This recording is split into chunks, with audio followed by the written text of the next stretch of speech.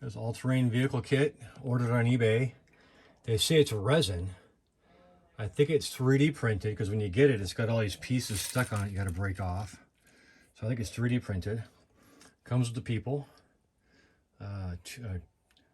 4-passenger. Also comes with a 2-passenger. I decided to keep that one as civilian. Goes together pretty easy. It comes with the body, the wheels, and the roll cage, and that's it. And then plus the people. The machine gun only comes with the 2-door. And that's it right there. So this one is easy to go together. You paint it all, when you're military, you paint it all at once, one color. Normally you paint the pieces and you put it together, but this is all one piece, so you had to paint the shocks on it. So decent quality, a little pricey, about 60 bucks. So there you go. It is the American unpainted scale model. It looks 3D printed. They say it's resin. I don't know.